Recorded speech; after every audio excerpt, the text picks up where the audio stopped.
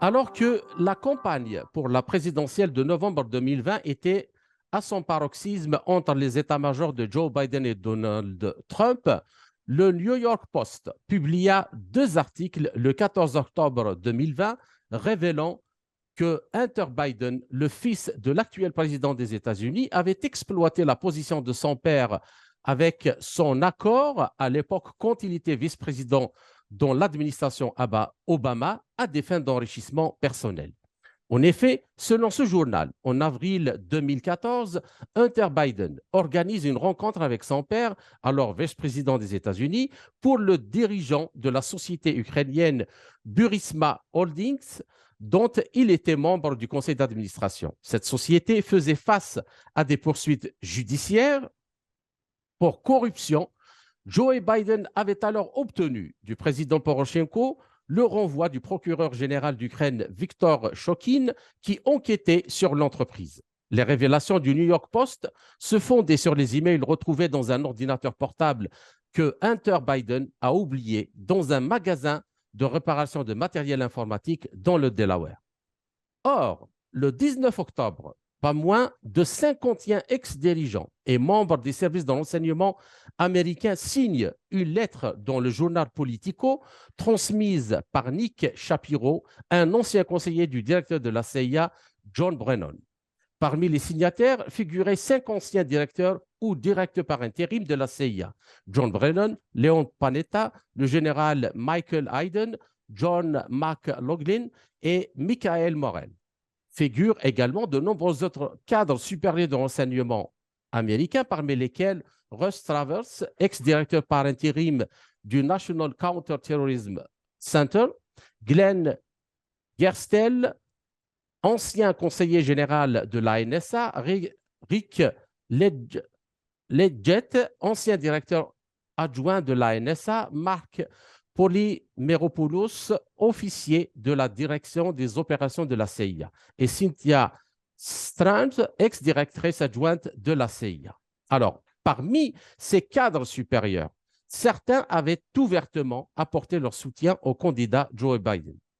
Dans ce document, massivement repris par les médias mainstream, ces ex-espions de haute voltige affirmaient sans la moindre preuve sérieuse, dans le but de dégonfler cette affaire, que cette histoire présentait toutes les caractéristiques classiques d'une opération de désinformation ou d'information russe afin d'influencer le vote des Américains lors de cette élection. Ils ont affirmé avoir décidé d'intervenir publiquement au nom de la sécurité nationale, car ils voulaient que le peuple américain sache qu'une fois de plus, les Russes interfèrent. Ils sont catégoriques, je cite, ce sont les citoyens américains qui doivent déterminer l'issue des élections et non les gouvernements étrangers. Alors, tout comme dans l'affaire des gazoducs Nord Stream 1 et 2, où il a tenté de discréditer l'enquête minutieuse et très documentée des journalistes Seymour Hersh, lauréat du prix Pulitzer, le New York Times a à nouveau mis en cause la rigueur du processus de l'enquête du New York Post, qui réfuta les arguments avancés et défendit ses articles, affirmant que tous les faits rapportés avaient été minutieusement vérifiés avant publication. Puis encore, la lettre fut massivement diffusée sur les réseaux sociaux, servant d'alibi au blocage de l'article, et le compte Twitter du New York Post fut même suspendu pendant 2 semaines. Or, dans leur rapport provisoire intitulé How Senior Intelligence Community Officials and the Biden Campaign Worked to Mislead American Voters, les enquêteurs des 2 commissions de la Chambre des représentants lèvent le voile sur des mesures plus que douteuses prises par Joe Biden et son équipe de campagne pour discréditer les accusations concernant son fils Hunter, notamment en faisant appel à la lettre mensongère signée par les 51 éminents membres des services de renseignement du pays. Ainsi, n'est-ce pas la CIA et tout le corps du renseignement américain qui ont conspiré contre la liberté et la démocratie en influençant le vote des Américains en faveur de Joe Biden? Pour quel but? Dans ce cas, accuser injustement la Russie avec tous les dangers que cela comporte.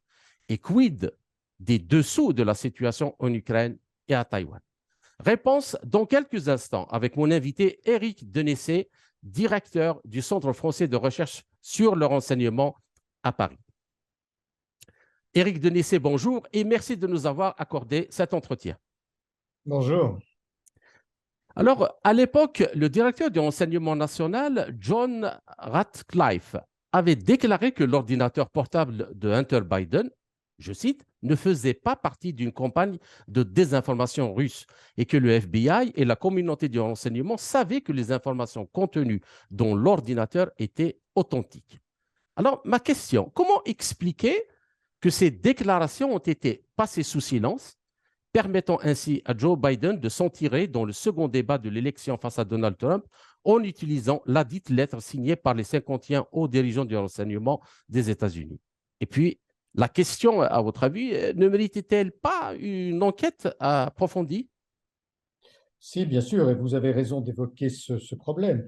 Premier aspect qui n'avait pas toujours été expliqué, c'est que lorsque le responsable du magasin a découvert cet ordinateur que Hunter Biden n'était pas venu récupérer, il en a transmis, bien sûr, une partie, enfin, il a transmis le disque dur au FBI. C'est pour ça qu'à la fois le New York Post et le FBI ont pu l'un et l'autre exploiter les données. Et c'est ce qui a permis très rapidement le FBI de dire que les données qui se trouvaient dans l'ordinateur de Hunter Biden étaient tout à fait des données justes, vraies, et après vérification. Et il se trouve que c'est le maire de New York, Rodolphe Giuliani, qui a donné l'information, bien sûr, au New York Post, dans le but, bien sûr, dans le but politique d'utiliser ces données pour attaquer Joe Biden. Ce qui s'est passé après, c'est une campagne médiatique américaine, c'est-à-dire que Joe Biden avait déclenché contre, pardon, Donald Trump avait déclenché contre lui de la part, on va dire, des élites mainstream une telle hostilité que finalement ils se sont tous alliés contre lui. Alors bien sûr, comme vous l'avez rappelé, la cinquantaine de dirigeants du renseignement américain qui avaient pris très directement position contre ces décisions, mais également tous ces grands médias qui sont eux-mêmes, et ce n'est pas un jugement de ma part, mais qui représentent des minorités, et donc qui sont tous démocrates, qui sont tous anti-républicains, et qui se sont donc attachés en particulier à donner le maximum d'écho à cette lettre, qui est une lettre fausse, qui est au sens propre un faux témoignage de la part des directeurs du renseignement américain, parce que, comme vous l'avez rappelé, ils savaient tous pertinemment que les informations qui étaient dans cet ordinateur étaient des informations justes, et que les faits qui étaient reprochés à Joe Biden et à son fils étaient totalement avérés. Et ça explique, en particulier, les raisons pour lesquelles Donald Trump, lors de son voyage à Kiev, avait demandé un peu plus tard à ce qu'une enquête soit déclenchée justement contre le fils Biden, ce qui lui avait été immédiatement reproché aux États-Unis. Et vous voyez, c'est vraiment du deux poids, deux mesures, parce qu'on a cessé de critiquer Donald Trump pour le rôle qu'il a eu lors de l'assaut contre le Capitole, où ses partisans se sont emparés du bâtiment. Alors c'est bien sûr inadmissible, mais bien sûr Absolument. on ne reproche pas à Joe Biden d'avoir falsifié, avec le soutien d'anciens du renseignement, des données sur les turpitudes de son fils et les siennes en Ukraine. D'accord. Alors, il y a dans ce rapport, il y a Michael Morell, donc le directeur de la CIA par intérim en 2011, puis de 2012 à 2013, et qui a été auditionné sous serment. Il avait déclaré dans son témoignage qu'Anthony Blinken, alors co-directeur de la campagne de Joe Biden, l'avait appelé le 17 octobre 2020, suite à quoi il avait activement coordonné la rédaction et la diffusion de la lettre en association avec d'ex-hauts cadres du renseignement. Alors, selon lui, il déclare, je cite, il fallait partager notre inquiétude avec le peuple américain et aider le vice-président Biden parce que je voulais qu'il remporte l'élection. Alors, je répète cette deuxième phrase, aider le vice-président Biden parce que je voulais qu'il remporte cette élection. Et à noter, un fait très, très important, je crois, que 26 responsables du renseignement approchés par donc Michael Morell ont refusé de signer cette lettre présentée, comme vous l'avez dit à juste titre, comme une opinion générale, sûre et véridique de la communauté de renseignement. Alors, aussi, n'est-il pas légitime de penser que cette lettre n'était que la partie immergée de l'iceberg de l'intervention de factions du renseignement des États-Unis dans le processus électoral et qu'il est fort plausible qu'elles aient mené d'autres opérations clandestines en soutien à Joe Biden. Qu'est-ce que vous en pensez?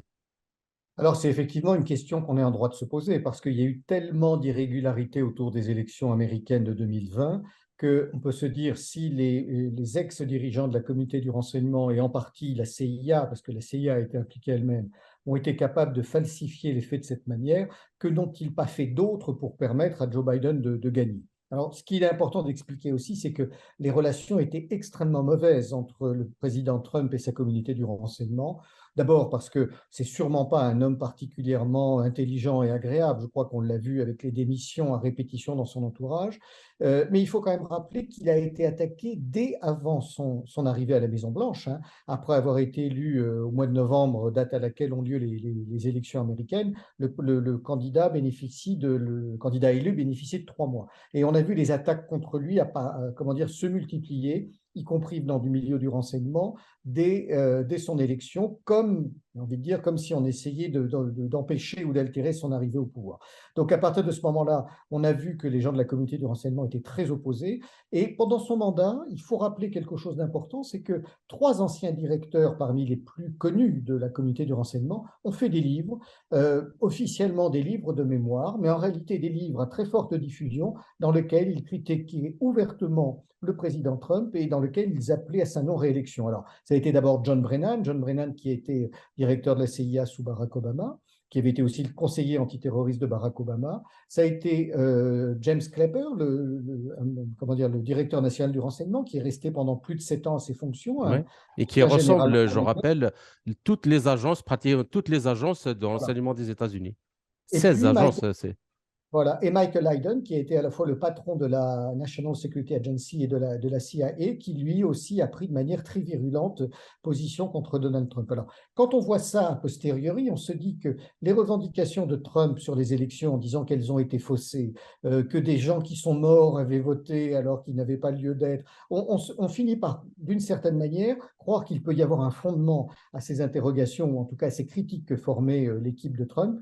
Je crois que, comme dans chaque élection américaine et maintenant dans chaque élection occidentale, il y a des irrégularités et des manipulations de part et d'autre. Et je dirais que quand elles ne marchent pas, on s'empresse, surtout côté américain, d'aller dire que ce sont des puissances étrangères qui ont interféré dans les élections. Et bien sûr, les Russes sont souvent les premiers désignés, comme on l'a vu en 2016.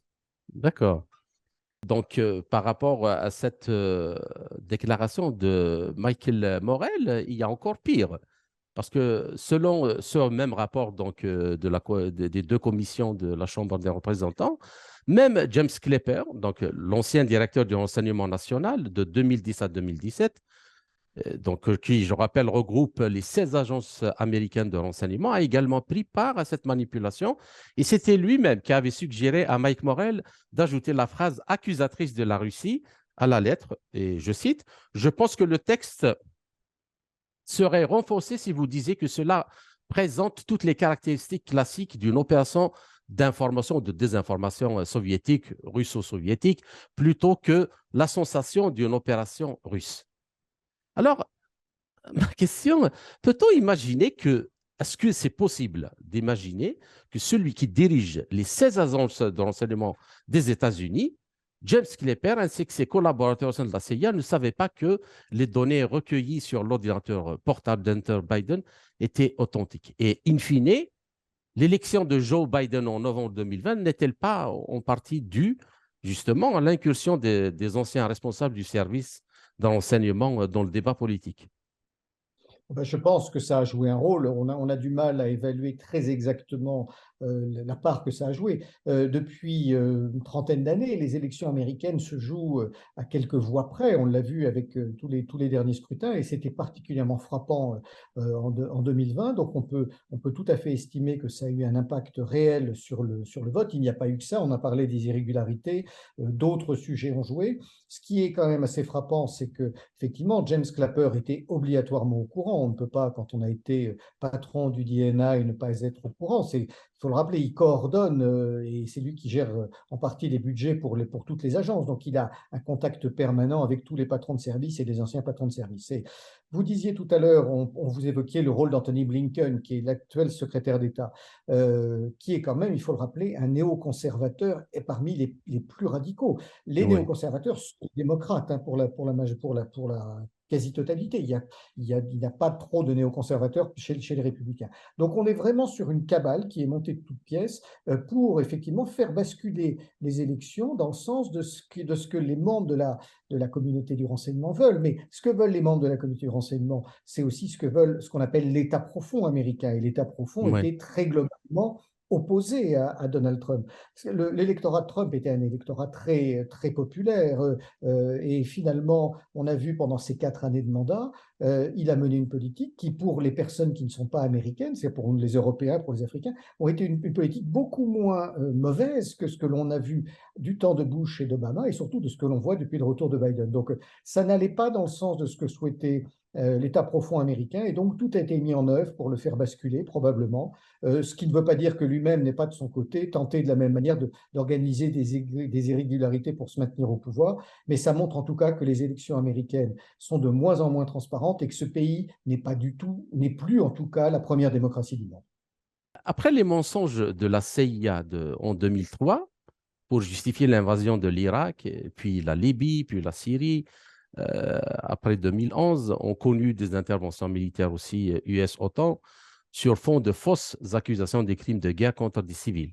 Donc, il y a eu également les événements en 2014 de Place Maïdan en Ukraine, le Russagate en 2016, l'espionnage du Congrès lors de la rédaction du rapport sur la torture et enfin la dissimulation de tous les programmes d'écoute à la Maison-Blanche. Et il faut rappeler, encore une fois, que durant tous ces événements, entre 2011 et 2007, c'est le même James Clapper, donc, qui fait cette forfaiture par rapport, disons, c'est le moins que l'on puisse dire, à la déontologie dans ses fonctions, qui dirigeait les renseignements américains. Donc, comment les décisions de politique étrangère des États-Unis peuvent-elles demeurer crédibles aux yeux de leurs alliés et de l'opinion internationale, alors que les preuves fusent sur les mensonges des services de renseignement qui participent au processus de prise de décision?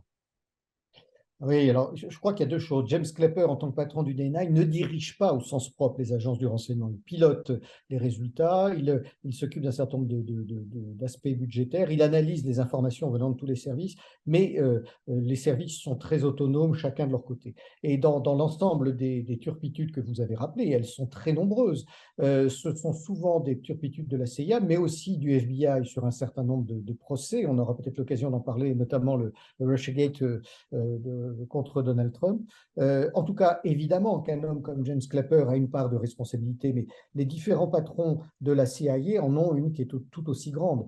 Je me souviens en 2014, après le coup d'État de Maïdan, lorsque la Russie a décidé de récupérer la Crimée, les services américains se sont précipités à Paris, surtout les services de renseignement militaire et la NSA, pour dire aux Français, vous allez voir, dans les jours qui viennent, la Russie va envahir l'Ukraine. Et ils faisaient une pression terrible, comme ils l'ont fait d'ailleurs fin 2021, début 2022. Et à l'époque, le directeur de la DRN, Christophe Gomard, avait maintenu fermement sa position et en avait informé l'Élysée en disant tout cela est une action d'influence américaine qui cherche à nous enfumer. Nous avons, nous, tous les éléments qui nous permettent de dire que les Russes ne vont pas envahir la Crimée. Donc, ce sont plein de petits exemples de cette nature. Alors, la question qui se pose, est-ce que c'est quelque chose qui est décidé par le pouvoir politique? Est-ce que c'est quelque chose qui est décidé par le DNI, James Clapper? Ou est-ce que ce sont des actions, on va dire, d'autonomisation des services et de la CIA? C'est assez difficile à déterminer. On a coutume de dire, quand on connaît bien le renseignement comme moi, que les services ne sont pas autonomes et que ce que fait un service de renseignement, il le fait toujours parce que les autorités politiques ou militaires lui ont demandé de le faire. Mais en même temps, il y a tellement de mensonges à répétition qu'on se demande si, d'une certaine manière, la CIA et quelques autres services américains, qui sont des services gigantesques, hein, il faut rappeler qu'il y a Oui, plus oui, de 200 personnes dans le renseignement américain, dont 100 000 dans les services et 100 000 sous-traitants, si d'une certaine manière ces services ne dérivent pas, et c'est la vraie question qu'on peut se poser. On a d'ailleurs des exemples comme quoi, vous l'avez rappelé, ils ont dissimulé les programmes d'écoute à George W. Bush, qui avait demandé leur interruption. On sait aussi qu'ils ont espionné le Sénat, donc les commissions, la commission chargée du renseignement au Sénat, qui était chargée d'évaluer toutes les pratiques tortionnaires qu'avait développées la CIA. Et il faut rappeler que la CIA a quand même fait légaliser par des juristes la pratique de la torture. Ouais, ouais. Quand on parle des États-Unis, de la première démocratie du monde, c'est une aberration. Et donc, Moi, voilà, je me donc il y a rappelle plein même, de questions. je ne sais pas si vous serez d'accord, si je me rappelle bien, même Dick Cheney avait déclaré qu'il avait lui-même autorisé la torture en Irak.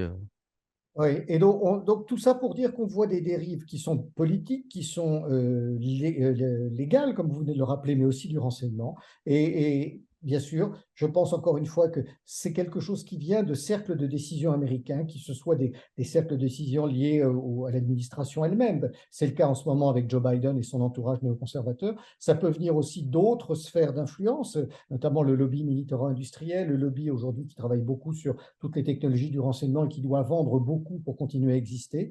Donc, il y a une vraie préoccupation quand on regarde les Américains sur leur fiabilité, parce qu'il faut le dire avec force, ils ne cessent de mentir tout le temps et à tout le monde. Leur but est unique, maintenir leur hégémonie mondiale par tous les moyens. Alors, par rapport à vous disiez, par rapport à ce procès-là de Russiagate, est-ce que vous pouvez nous en dire un peu plus sur comment il a été justement monté Oui, alors ce qui est très intéressant dans Russiagate, c'est qu'on a tout de suite, à peine a-t-il été élu, avant même sa prise de fonction, on a tout de suite accusé Donald Trump d'être entre les Mhm. mains des services russes et finalement d'avoir été largement aidé par la Russie pour accéder au pouvoir, certains disant même qu'il pourrait être un agent d'influence russe et qu'à la tête de l'État américain, on avait un agent étranger. Alors, d'abord, aucune preuve n'a jamais été fournie. L'attaque a tellement été grossière et relayée qu'on est bien sûr fort tenté de penser que c'est de une manipulation. Et puis, il y a deux paradoxes en réalité. Le premier, c'est que les Américains disent ça en disant qu'ils sont la société, parce qu'ils disent à côté qu'ils sont la société la mieux protégée en matière informatique, la plus puissante, voudrait dire qu'ils ont été capables d'être victimes d'attaques d'un État étranger qui ne correspond pas du tout au discours qu'ils tiennent sur la sécurité qu'ils sont capables d'assurer dans leur propre pays. Et deuxième chose, entendre dire ça d'un pays qui n'a cessé de déstabiliser des gouvernements étrangers depuis la fin de la Seconde Guerre mondiale, que ce soit au Proche-Orient, au Moyen-Orient, en Afrique et surtout en Amérique latine et bien sûr en Europe, c'est quand même l'hôpital qui se moque de la charité. Le second point qu'il faut rappeler, c'est qu'il y a eu des enquêtes du FBI pour déterminer si oui ou non Donald Trump, dans les éléments qui avaient été transmis, était passible de poursuites ou de compromission avec les services russes. Or, toutes ces enquêtes ont été menées de manière tout à fait anormale. Ça a été des enquêtes à charge et aucune n'a donné aucun élément. Ce sont donc un non-lieu. Et un procureur américain racontait encore ces jours derniers, c'est il y a moins de 48 heures, qu'il avait analysé le dossier et que le FBI avait été particulièrement partial dans ses tentatives de poursuite contre Donald Trump. Et il pointait du doigt, encore une fois, l'orientation très anti-républicaine, très anti-trumpiste du service de sécurité américain. Et là aussi, on peut tout à fait considérer que ça a faussé la réputation du président Trump pendant son mandat et bien sûr l'avis des électeurs qui devaient se prononcer. Je termine sur un dernier point. L'élection de 2016, elle est pas liée, la victoire de Trump, elle n'est pas liée à une action nécessairement des hackers russes que l'on raconte tout le temps, mais il ne faut pas oublier que Mme Clinton, qui était la candidate des démocrates, à un moment donné, a été incapable de sécuriser ses propres systèmes informatiques et qu'elle a été Absolument. piratée. Voilà, donc ce sont des fautes américaines et non pas des actions étrangères. Bien. Alors, moi, j'aimerais quand même, comme vous êtes un grand spécialiste de l'histoire du renseignement, euh, avec tout ce qui se passe là, c'est-à-dire, moi, bon, je suis né euh, en 1972, donc j'ai pas vécu avant, je ne sais pas comment les choses, comment se sont développées, mais j'ai quand même lu, essayé de travailler mon sujet et j'ai vu que euh, quand même cette fourberie, cette façon-là de tromper tout le monde, de manipuler tout le monde contre tout le monde et tout, ça ne vient pas uniquement des années de Bush père après la chute du mur de Berlin. Et donc, il y a même la question de la récupération des nazis qui ont travaillé dans l'Europe de l'Est et utilisé ce qu'on appelle les stay behind, et qui a été un peu le premier noyau du Gladio en Europe et ainsi de suite. C'est quand même, il y a une question qui se pose, mais in fine, qui gouverne aux États-Unis? Est-ce que c'est une espèce de monstre, ce service? Oui, alors encore une fois, les services américains étant parmi aujourd'hui les plus importants du monde, probablement avec les Chinois, ont un pouvoir très important, en tout cas une importance très importante.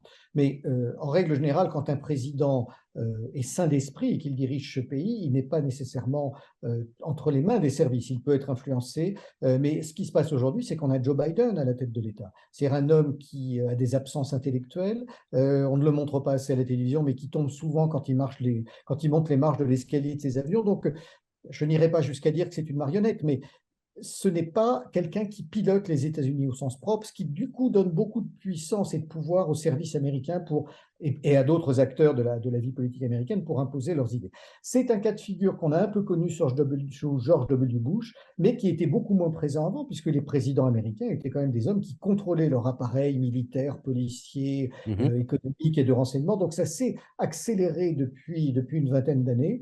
Et je dirais c'est bien sûr particulièrement marqué aux États-Unis. Ça existe ailleurs dans le monde, mais avant la guerre froide, quand il y avait des déstabilisations importantes, et on parlait tout à l'heure des élections comme elles ont eu lieu en Iran, dans certains pays où les Américains ont renversé les pouvoirs avec l'aide des Britanniques, mais également à l'issue de la fin de la Seconde Guerre mondiale, ils agissaient alors directement sur les ordres de l'exécutif. Nous avons connu la même chose en France et tous les pays connaissent la même chose. Oui. Le renseignement est bien sûr un domaine dans lequel on ferait avec des gens qui sont peu respectables, mais c'est un instrument indispensable de l'État et qui est d'ailleurs le seul qui soit autorisé à faire cela. Voilà, bien sûr, il doit être très contrôlé à la fois par l'exécutif et depuis une quarantaine d'années, on voit dans tous les pays du monde se mettre en place des systèmes de contrôle parlementaire du renseignement pour vérifier que même si le métier est très particulier, même s'il doit parfois franchir la ligne jaune, il doit répondre à une forme d'éthique et ne pas se livrer à des actions qui ne veulent rien dire. Seulement, ce système-là ne semble plus marcher aujourd'hui aux États-Unis et on se demande aujourd'hui qui pilote les États-Unis. Est-ce que c'est le Pentagone? Est-ce que ce sont les services? Est-ce que c'est la Maison-Blanche? Est-ce que ce sont les néoconservateurs qui sont dans l'ombre de Joe Biden? Et c'est très difficile à déterminer. C'est presque une des premières fois que ça existe outre-Atlantique. D'accord. Et une dernière chose pour conclure sur cet aspect-là, ce qui se passe actuellement en Ukraine avec la réapparition de ces mouvements nazis, enfin néo-nazis pour ne pas pour être juste et correct dans les mots. Est-ce que vous voyez est-ce que pour vous, en tant qu'historien justement des services de renseignement, il y a une relation avec cette réapparition et toute l'histoire qui s'est déroulée dans cette région-là du monde depuis la Deuxième Guerre mondiale et la guerre froide? Oui, alors dans un certain nombre de pays comment dire, qui dépendaient du pacte de Varsovie, on voit ces tendances remonter. Mais alors, c'est assez intéressant parce que et ça a toujours existé en Ukraine et c'est sûrement le pays d'Europe dans lequel les tendances de type ultranationaliste faisant référence à l'idéologie nazie ont été les plus présentes. Mais on sait que ça est également réapparu en Allemagne et puis on voit un petit peu partout en Europe de l'Ouest, à cause des problèmes économiques et du populisme, une remontée en puissance des groupes d'extrême droite mais qui n'est pas plus importante que celle des groupes d'extrême gauche. Et malheureusement, on a les deux tendances Ouais, ouais, ouais. extrémistes aujourd'hui assez actives. Ce qui se passe en Ukraine aujourd'hui, c'est que ces groupes ont été instrumentalisés par les Américains pour lutter contre Moscou. Alors, j'ai envie de dire, c'est même pas tant pour lutter contre Moscou, tout simplement, les Américains veulent aujourd'hui renforcer leur hégémonie parce ils voient qu'elle est en train de se réduire. Et l'une des manières de renforcer leur hégémonie, c'est de remettre l'Europe au pas et d'entraîner une rupture des relations entre l'Europe de l'Ouest et la Russie pour essayer d'affaiblir Moscou. Donc tous les moyens sont bons. C'est plein de paradoxes parce qu'on voit quand dans nos armées, en France, en Allemagne, un militaire se fait faire des signes nazis ou manifester un attachement à l'extrême droite, il est immédiatement poursuivi en justice. Et inversement, nos pays européens de l'Ouest soutiennent aujourd'hui l'armée ukrainienne dans laquelle beaucoup d'unités sont des unités nationalistes avec des penchants néo-nazis. Et le paradoxe, c'est de voir les Allemands eux-mêmes, et je pense à la ministre Ouais. des Affaires étrangères allemande, à soutenir ça, alors qu'on sait très bien que le nazisme est né en Allemagne et qu'on connaît l'histoire, il nous rappelle, dès qu'on s'y penche, les atrocités qui ont été commises. Donc là, il y a un vrai paradoxe de la part des Européens, mais encore une fois, ces attitudes sont d'abord ont été provoquées par les Américains et sont encouragées par Washington, ce qui n'empêche qu'il y avait un véritable terreau de ce type-là en Ukraine. Il est plus logique de parler de bandéristes, les partenaires les partisans de Stéphane Bandera, plutôt que de néo-nazis, mais ça relève finalement d'une idéologie qui est assez similaire. Le 14 mars, lors d'une intervention au National Press Club de New York, Seymour Hersh a dévoilé l'existence d'une importante unité dans l'enseignement de la CIA en Norvège, qui travaille en synergie avec les services de l'enseignement norvégien et surveille tout dans la région. Donc, selon lui, cette unité aurait probablement de nombreuses informations sur les opérations en mer Baltique, qu'elles aient été menées par des acteurs étatiques ou pro-ukrainiens, comme le disait le New York Times, selon le scénario donc, du New York Times. Et il a souligné que l'aspect le plus suspect de la conduite de l'administration Biden est que non seulement ils n'ont appelé à aucune enquête internationale sur les attaques du Nord Stream 1 et 2, mais ils n'ont même pas interrogé leurs services d'enseignement présents en Norvège à ce sujet. Et selon Hersh, ils n'ont même pas même demandé un rapport confidentiel à leur unité. Alors, ma question, comment peut-on interpréter cette attitude des membres de l'administration américaine, d'autant plus que la Russie, qui a été accusée de sabotage de ses propres pipelines, aurait pu réagir violemment à cette attaque. Elle aurait pu considérer ça comme un acte de guerre et réagir en conséquence. Et aussi, comment prendre au sérieux tous les rapports occidentaux qui fusent de tous les côtés sur la situation et la conduite des opérations militaires en Ukraine. Oui, alors il y a plusieurs choses dans une question de cette nature. D'abord, il faut rappeler que dans le monde du renseignement, tout est toujours possible. Même si en toute logique, il n'y avait aucune raison que les Russes fassent sauter le pipeline, ce n'est pas une hypothèse à écarter. Maintenant, on a bien vu l'excellent papier de Seymour Hersh, que je suis moi depuis de très longues années, dont j'ai lu toutes les publications, qui ne s'est jamais trompé, qui a toujours des sources d'une extrême précision. Donc cet homme n'a aucun intérêt à raconter des mensonges et a suffisamment d'expérience pour qu'on ne le trompe pas lui-même. Et si vous regardez bien, l'explication qu'il a donnée est tout à fait plausible dans l'organisation, dans la structure de l'opération. Alors, ce qui s'est passé après, Et bien est-ce sûr, qu'elle coïncide avec ce que beaucoup d'experts, même mais évidemment. occidentaux, indépendants, avaient développé à cause du faisceau d'indices qui va dans ce sens? Et il faut surtout rappeler que les Américains avaient dit depuis 2014 que Nord Stream 2, un jour, serait interrompu parce que ça n'allait pas dans le sens de leurs intérêts. Et il faut d'ailleurs rappeler, je fais juste une digression sur le sujet, que depuis que Nord Stream 2 a été saboté, les ventes de gaz de schiste américains en Europe ont été très largement accrues et que celles de Norvège, qui est le pays qui a participé aussi à l'opération, ont été multipliées par 2,5 en direction de l'Europe de l'Ouest. Donc, les pays qui avaient intérêt politiquement et économiquement à ce que Nord Stream 2 s'arrête sont très clairement identifiés. Maintenant, il y a plusieurs choses. Les Américains ne s'attendaient bien sûr pas à ce que Seymour Hersh sorte aussi rapidement un papier aussi documenté. Donc, ils ont tenté à plusieurs reprises de faire des contre-feux. Le premier était cette histoire abracadabrantesque d'un espèce de yacht qui aurait quitté les côtes polonaises avec des Ukrainiens à son bord, qui n'étaient pas Oui, des Ukrainiens envoyés par le régime. Bon, ça ne tient pas la route parce qu'il n'était que 6 à bord. On ne peut pas maintenir un yacht comme ça en mer avec une profondeur de 267 mètres, donc ça ne tenait pas la route. Et puis, ils ont sorti après la deuxième histoire qui est celle d'un bâtiment russe chargé de réparer les câbles qui aurait été au-dessus du pipeline vers la même période. Ça ne tient pas non plus la route quand on sait la précision des faits qu'a rapporté Seymour Hersh sur les exercices de l'OTAN. Mais il y a un point qui est beaucoup plus grave que ça, vous le rappeliez, c'est qu'effectivement, il semble qu'en matière de communication, pour une fois, les Américains aient été surpris et donc non seulement ils ont été très maladroits dans leur réaction, mais surtout, ils n'avaient pas préparé le fait de dire ben, nous menons nous-mêmes des enquêtes, voilà. Et tout ça, finalement, se retourne contre eux. Mais il y a encore une chose qui est plus grave, c'est que les services européens et surtout les services allemands ont totalement adopté le verbatim américain. Et ça veut dire que les Allemands se sont littéralement couchés devant Washington parce que l'action contre Nord Stream 2, c'est d'abord un acte de guerre contre l'Allemagne. Les premiers à Absolument. souffrir de la ce sont les Allemands. Or, nous n'avons vu aucune protestation, ni de la part du gouvernement allemand, ni des ministres, ni des parlementaires, ni des hommes d'affaires.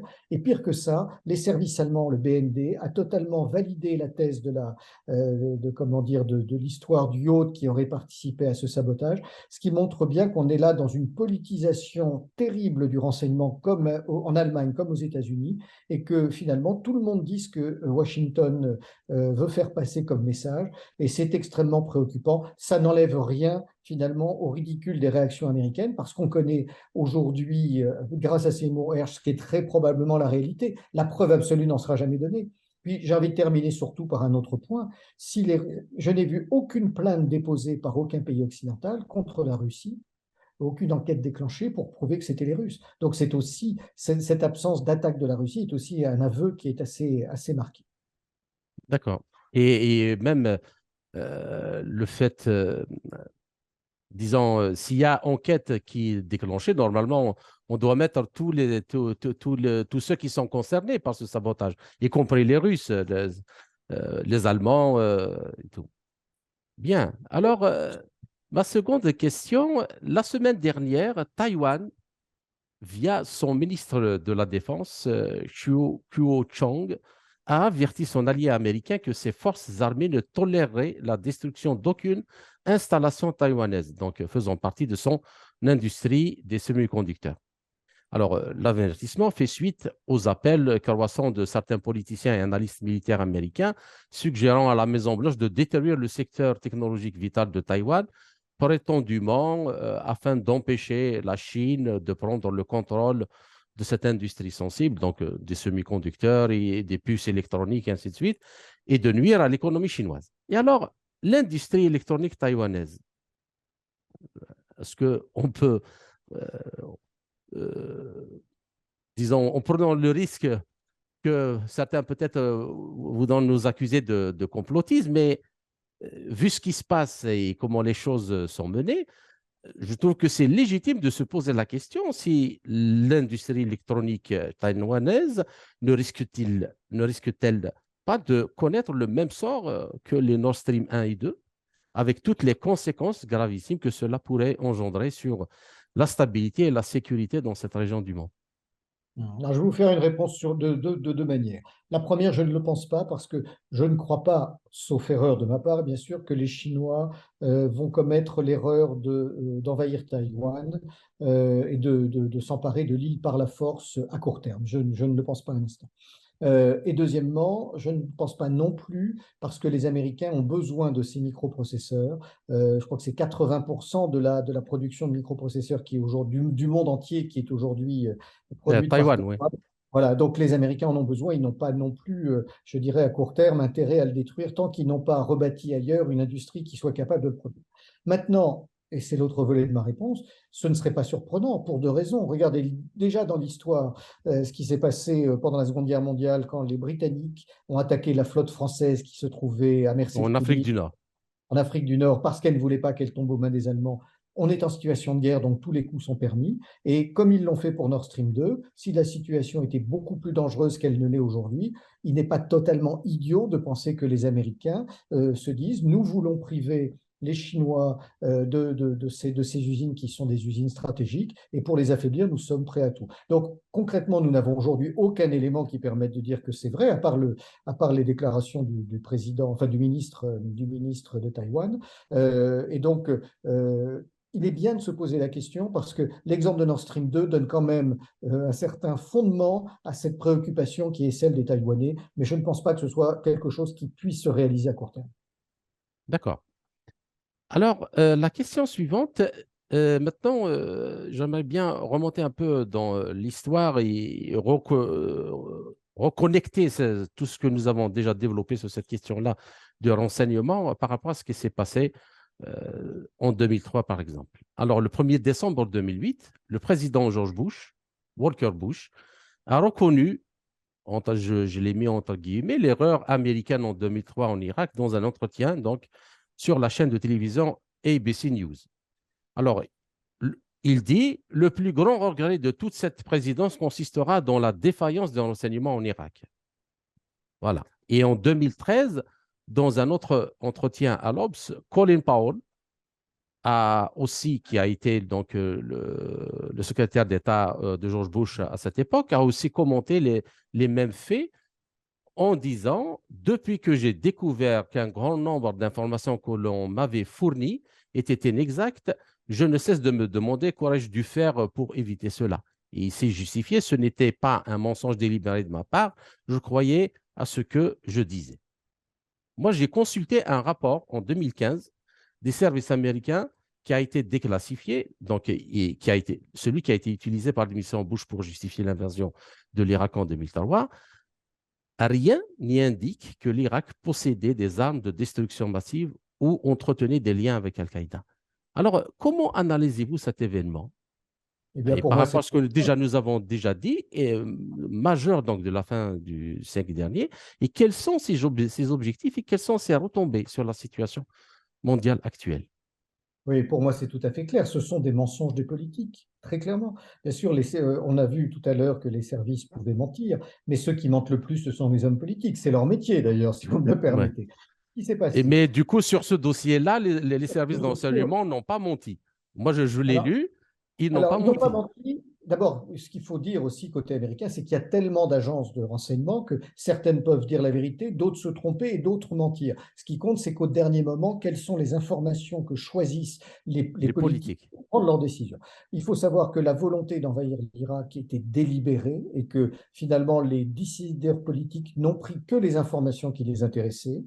Alors, il y a eu deux phénomènes importants. Le premier, c'est qu'il y a eu quelques erreurs d'analyse d'une partie de la CIA parce que lorsque les Américains, lorsqu'ils ont mené la première opération de libération du Koweït en 1991, ont découvert un certain nombre de stocks d'armes de Saddam Hussein, ils ont découvert que Saddam Hussein disposait à l'époque de plus de missiles que ce qu'ils pensaient. Donc, ils se sont dit en 2003, si en 1991, Saddam Hussein a été capable de nous dissimuler une partie des missiles, il fera la même chose. Donc, à chaque fois qu'ils trouvaient des éléments de preuve comme quoi il n'y avait pas de missiles, ils se disaient, ils doivent être cachés ailleurs. C'est un biais cognitif classique en matière de renseignement, on ne peut pas leur reprocher, mais ça les a induits en erreur. Mais surtout, ce qui s'est passé, c'est que vu que les informations de la CIA et du renseignement militaire ne plaisaient pas au Pentagone, Donald Rumsfeld avait monté son propre service qui s'appelait Absolument. voilà, le Special Project Team, quelque chose comme ça, j'ai plus le nom exact en tête. Pour Et écarter ce que les autres services ont fait voilà, et concocter sa petite histoire qui va permettre l'invasion de l'Irak. et ils avaient fait, ils travaillaient avec les Allemands, une nouvelle fois. Les Allemands avaient recruté un ancien ingénieur militaire irakien qui leur donnait des tas d'informations qui étaient fausses, que les Allemands n'arrivaient pas eux-mêmes à interpréter comme étant bonnes ou vraies, et avaient tout transmis aux Américains. Et Rumsfeld utilisait ces informations-là pour déclencher l'opération en Irak. Donc, les discours de George W. Bush, peut-être manipulés par son entourage, et comment s'appelle-t-il, l'ancien Colin chef d'État, Powell. voilà, de Colin Powell, qui est quand même l'ancien chef d'état-major des armées, qui est rompu au Oui. renseignement, me semble être des mensonges éhontés parce que on a aussi d'autres témoignages de Colin Powell qui dit que le jour de 2003 où il est devant les caméras à l'ONU avec le petit flacon soi-disant d'armes chimiques entre les mains, il sait pertinemment qu'il raconte des choses qui sont fausses. D'accord. Et moi, ce qui m'a surtout étonné dans cet entretien qu'il avait donné à l'Express, je crois, alors, il regrette cet événement pour sa carrière. Il disait que c'était une tache noire de ma carrière, mais en revanche, pas un seul mot de regret aux millions de gens qui sont morts en Irak. C'est le superbe égoïsme des grandes puissances et en ce moment, il n'y en a qu'une qui domine le monde jusqu'à nouvel ordre, ce sont les Américains. Et effectivement, quand on met face à face bout à bout toutes les atrocités commises à l'occasion de leurs interventions militaires, eh bien, on se rend compte qu'ils n'ont aucun respect pour les populations et les pertes humaines dans lesquelles ils interviennent. Et l'Irak en a été un excellent exemple. Malheureusement, l'Afghanistan aussi, et la Syrie en a été un autre exemple.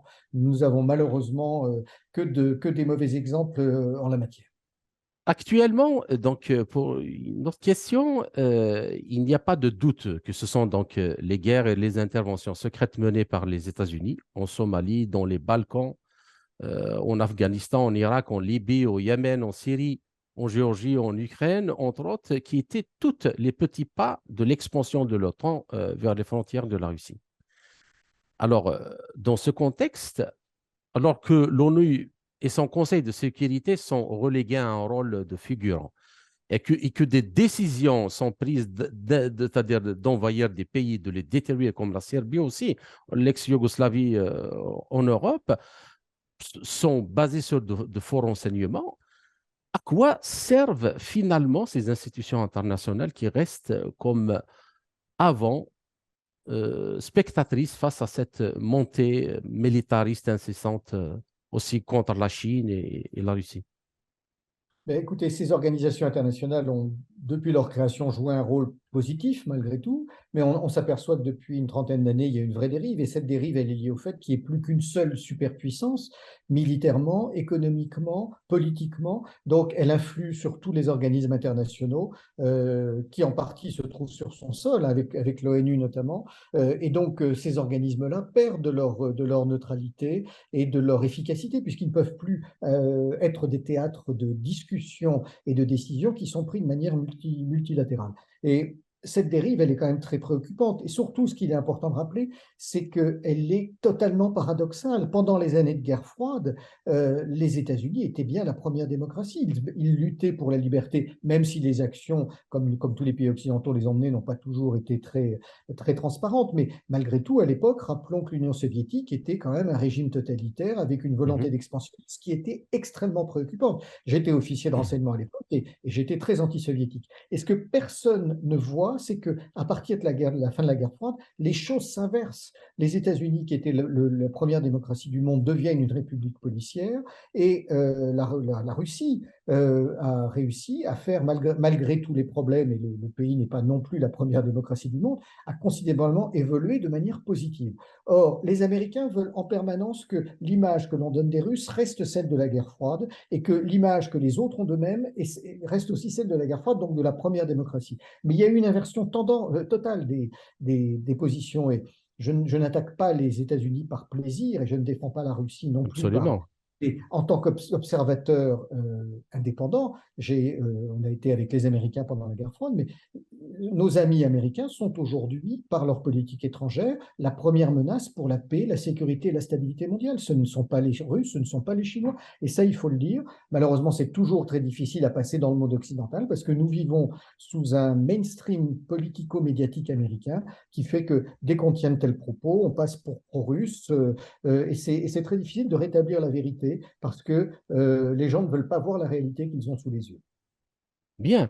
Alors maintenant, j'aimerais quand même vous poser une question parce que c'est un sujet que vous maîtrisez parfaitement.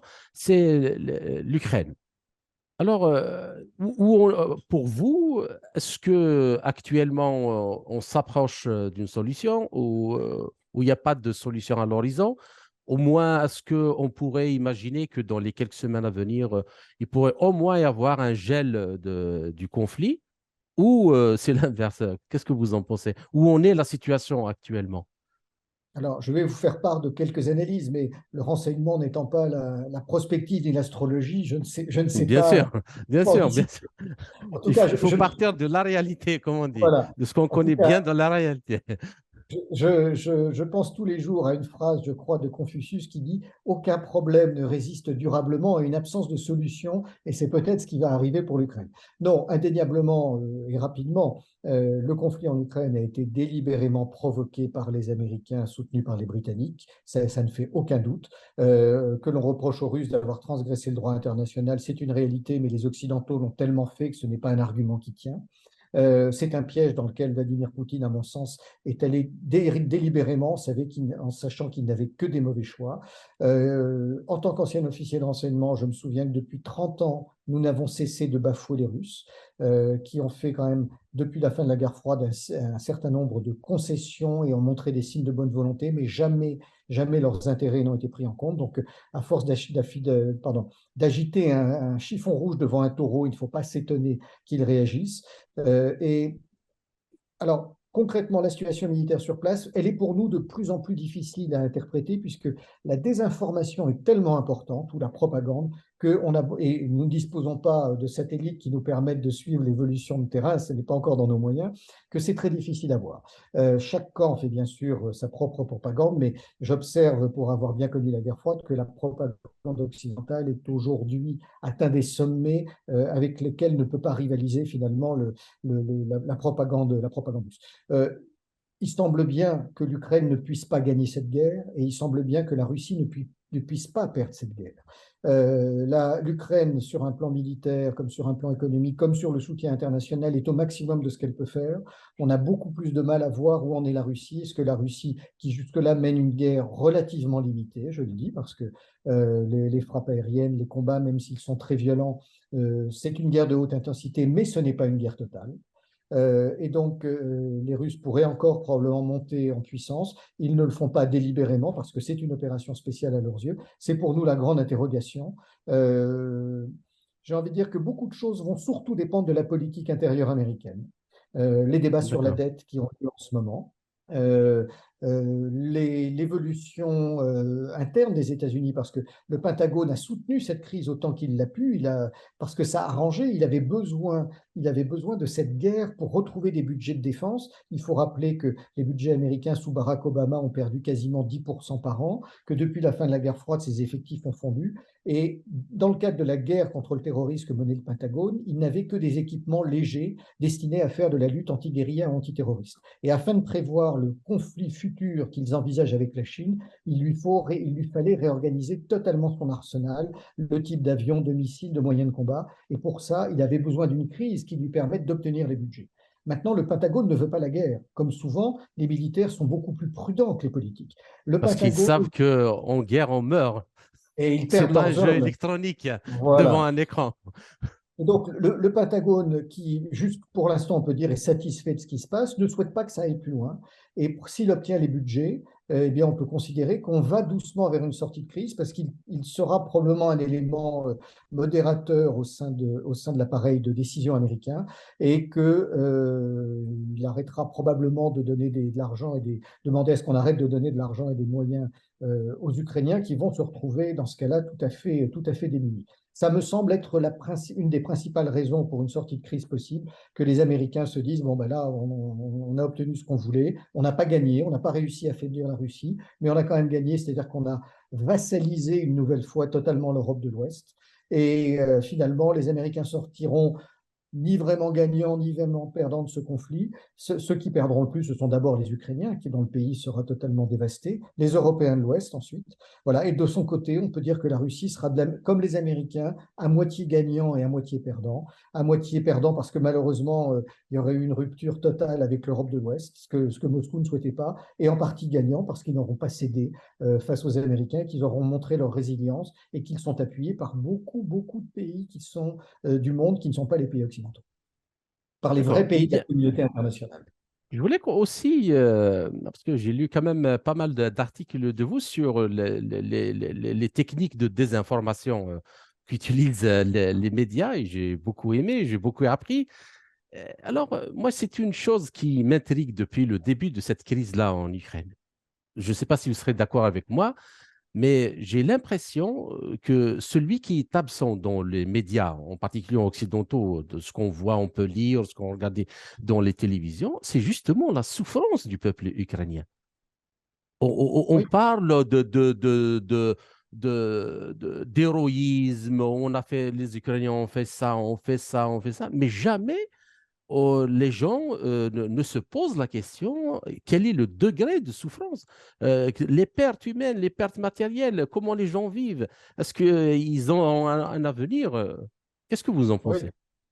Écoutez, vous avez raison, mais on ne s'est jamais posé la question des souffrances du peuple irakien, on ne se pose pas les questions des souffrances du peuple syrien, on ne se pose pas la question des souffrances des peuples africains. Je pense notamment à l'Afrique des Grands Lacs, où il y a eu 25 millions de morts, ou 12 millions de morts, pardon, en 25 ans. Ça n'a jamais fait la une de l'actualité dans les pays occidentaux.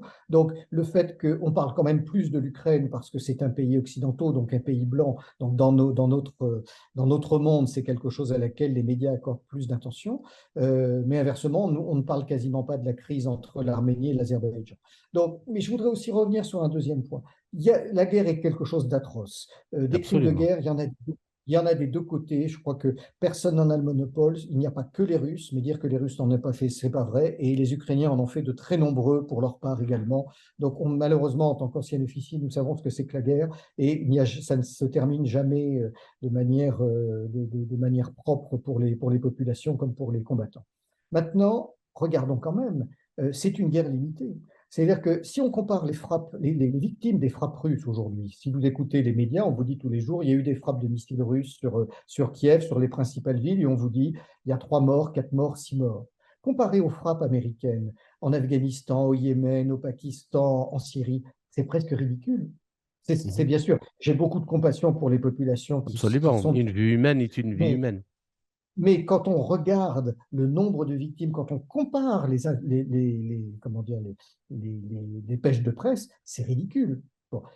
Tous les combats ont lieu, bien sûr, dans le Donbass et sur la frontière, dans les zones de Donetsk, Lugansk, Zaporizhia et Kherson. Là, on est dans un combat, bien sûr, où il y a beaucoup, beaucoup plus de victimes, et c'est un vrai théâtre de combat comme en 1914 en Europe de l'Ouest. Mhm. Par contre, la totalité du reste de l'Ukraine et la Russie vivent comme s'il ne se passait rien.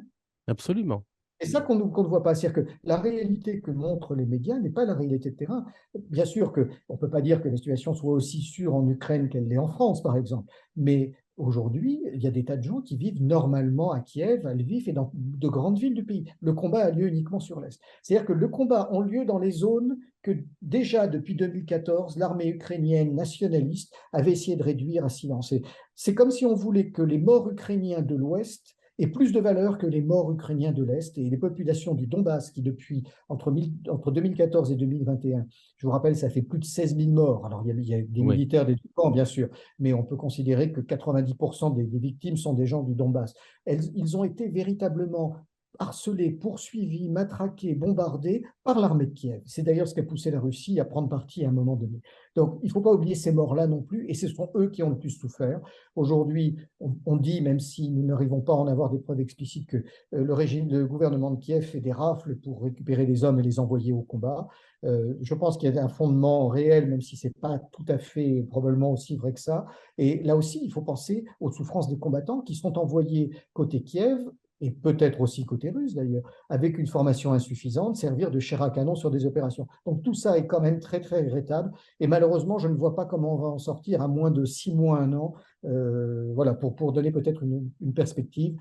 Tant que le débat sur le budget n'est pas réglé au Congrès, tant que le gouvernement Zelensky ne voit pas, je dirais, un affaiblissement de ses livraisons d'armes et d'argent de la part de l'Occident, les choses risquent de continuer encore quelques mois.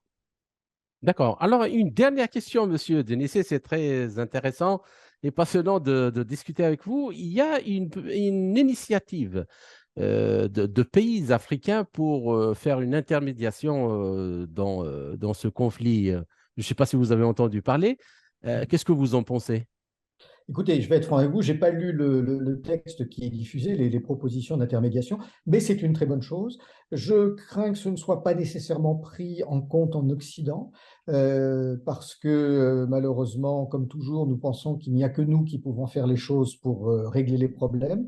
Mais peut-être qu'on peut avoir une bonne surprise. Je pense que le camp occidental va d'une certaine manière considérer que parmi ces pays africains, il y a des gens qui soutiennent la Russie et donc on ne peut pas les considérer comme neutres. Voilà, tout ça va dépendre à la fois, est-ce que les Occidentaux ont besoin de cette initiative pour essayer de sortir du conflit, parce qu'ils ne trouvent pas d'autres moyens, ou est-ce qu'au contraire, ils vont rejeter cette initiative? Je vous avoue qu'aujourd'hui, nous n'arrivons pas à le discerner, mais en tout cas, cette initiative, comme il y a quelque temps l'initiative chinoise, me paraissent indispensables, et elles ont surtout une autre valeur. Elles montrent très clairement que nous sommes entrés dans un monde multipolaire et que la domination de l'Occident sur le monde n'est plus une réalité et qu'elle n'est pas acceptable pour les autres continents.